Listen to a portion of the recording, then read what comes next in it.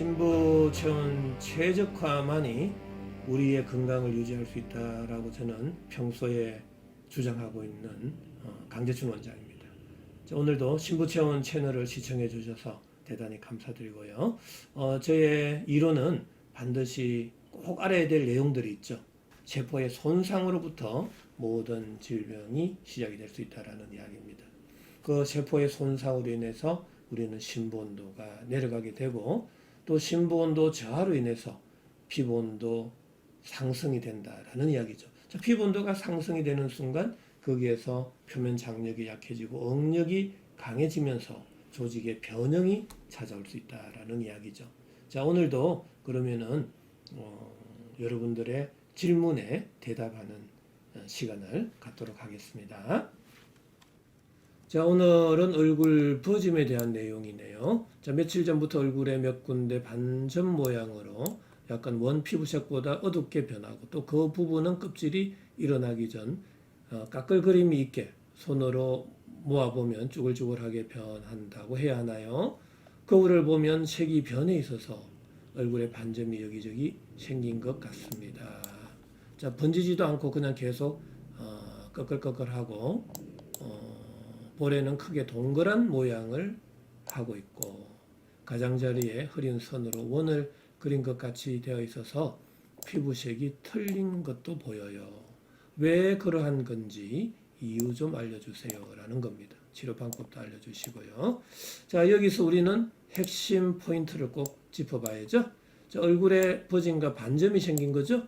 왜 끄끌거리고 쭈글쭈글 하느냐 이겁니다. 이거 꼭 기억하셔야 되고, 자, 피부색의 변화입니다. 볼에 동그란 모양, 색소 침착이 발생한다라는 이야기죠. 자, 왜 얼굴에 버짐 모양과 반점이 생기느냐? 어떻게 생각하세요? 바로 그것은 왜 또 까끌거리고 쭈글거리느냐 이거죠. 얼굴 쪽으로 열이 쏠린 거죠? 그럼 그쪽에 피부 온도는 올라갔겠죠? 저 피부 온도가 올라가면 응력이 강해진다 그랬죠. 그럼 각질 셰프가 우리가 떨어져 나갈 수가 있죠. 자, 그 전에 신분도가 내려가고 모공이 닫혔겠죠. 자, 모공이 닫히면 피부로의 수분 공급은 줄어들고요. 그러면 각질 세포 간의 점착성도 줄어들죠. 그럼 각질 세포가 떨어져 나가는 인설 각질 비듬이 생기는데 그때 거칠거칠 할 수도 있다라는 이야기고요. 자, 피부 온도가 올라가면 또 노화가 빨리 될 수도 있죠. 그래서 쭈글쭈글해질 수도 있다라는 이야기입니다. 자, 얼굴에 버짐이 생겼다라는 것은 그만큼 그 부위에 열 에너지가 쏠려서 거기에 온도가 올라가서 홍반이 되고, 자, 거칠거칠하고 주름이 될 수 있다라는 거. 바로 그렇게 전형적인 버짐의 형태죠. 반점도 마찬가지겠죠. 버짐과 반점이 동시에 나타날 수 있는 거죠. 자, 피부색은 왜 변화가 됐죠? 바로 피부 온도의 상승이죠. 그런데 왜 그게 동그란 모양이 생겼을까요? 바로 피부 온도가 올라간 부위는 그쪽으로 열이 많이 쏠렸다라는 거죠. 열이 쏠린 부위는 그만큼 열 에너지가 중첩 교차가 된 부위가 생겼겠죠. 그럼 중첩 교차된 부위에 온도는 많이 올라가게 되는데 그 온도가 조금 온도가 낮아질 때 동심원을 그리게 됩니다. 대체적으로 둥근 모양을 나타내게 되죠. 그래서 둥근 모양이 된다. 그래서 화폐상 습진이라는 것도 있죠. 습진이 동전 모양처럼 생겼다 해서 그렇게 되는데 바로 그 동전 모양은 열 에너지가 초점을 맞춘 이후에 퍼지는 과정 속에서 동전 모양이 되는 겁니다. 그런데 동전 모양이 됐든 세모가 됐든 네모가 됐든 중요하지가 않습니다.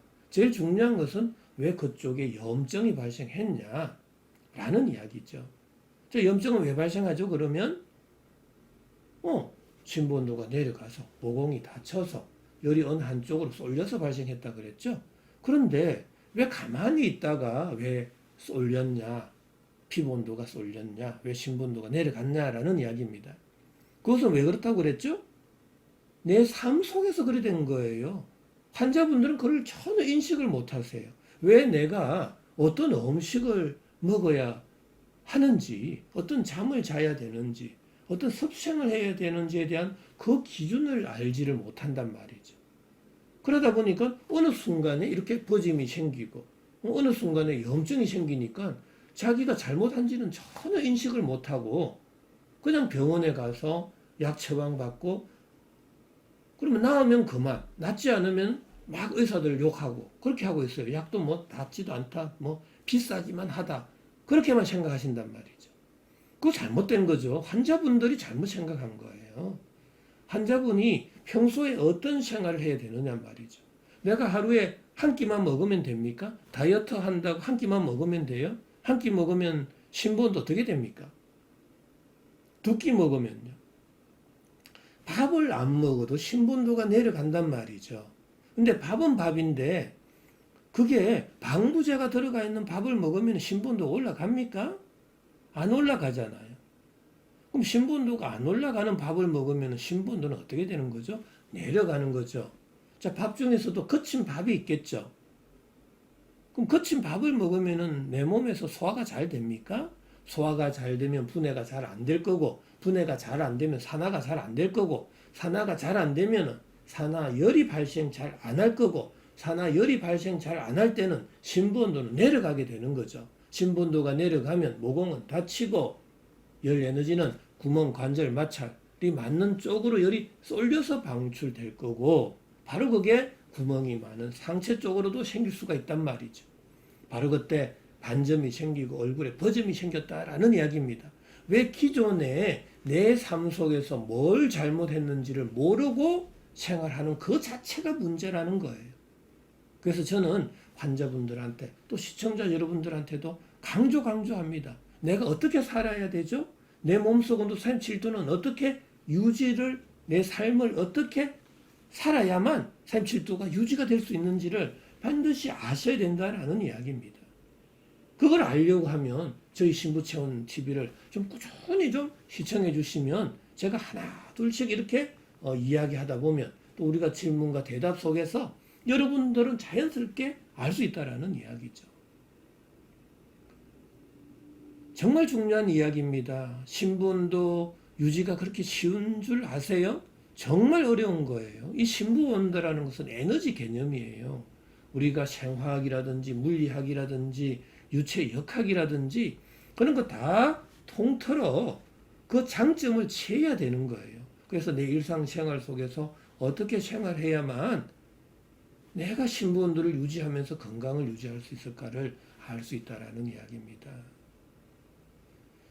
만약에 고공으로 자주 올라가게 되면 갑상선 염이나 갑상선 기능 항진증이 잘 생길 수 있어요. 그러한 직업을 가진 분들은 그러한 핸디캡을 가지고 살 수 있다라는 거예요. 그런 거 하나하나까지도 저는 설명을 다 해드릴 수가 있습니다. 왜 비행기를 타면은 귀에서 멍해집니까? 기압이 떨어져서 그런 거예요. 기압이 떨어지면 혈류 속도가 떨어져요. 혈류 속도가 떨어지면 신부온도가 내려갑니다. 그럼 손발끝에서 모공이 다치게 되고요. 열 에너지는 구멍이 많은 상체로 열이 쏠려서 바로 그때 귀로 열이 쏠려서 귀 구멍으로 열이 많이 쏠리게 되면 속에서 바깥으로 밀어내는 힘, 고막을 바깥으로 밀어낼 때 그때 멍해지는 현상이 생긴다라는 겁니다. 바로 그렇게 생긴다라는 것은 바로 내 몸속 온도가 낮아지고 있는 상태다라는 이야기죠. 그래서 그때는 조금 더 내가 따뜻한 물을 마신다든지 몸을 더 따뜻하게 유지한다든지 또 담요도 챙겨서 몸을 더 감싼다든지 그런 행위를 해주시면 빨리 멍해지는 현상도 줄어들 수 있습니다. 자, 오늘도 여러 가지 질문을 통해서 제가 말씀을 드렸는데 오늘은 특히 얼굴 버짐이네요. 또 피부색의 색깔의 변화 이것도 좀 설명을 드렸는데 왜 색소 침착이 되는 거 또 이제 이해되셨죠? 자, 오늘도 여러분한테 조금이나마 도움이 되시는 시간이 되었으면 하는 바람입니다. 자, 오늘도 건강하게 생활하시기 바랍니다.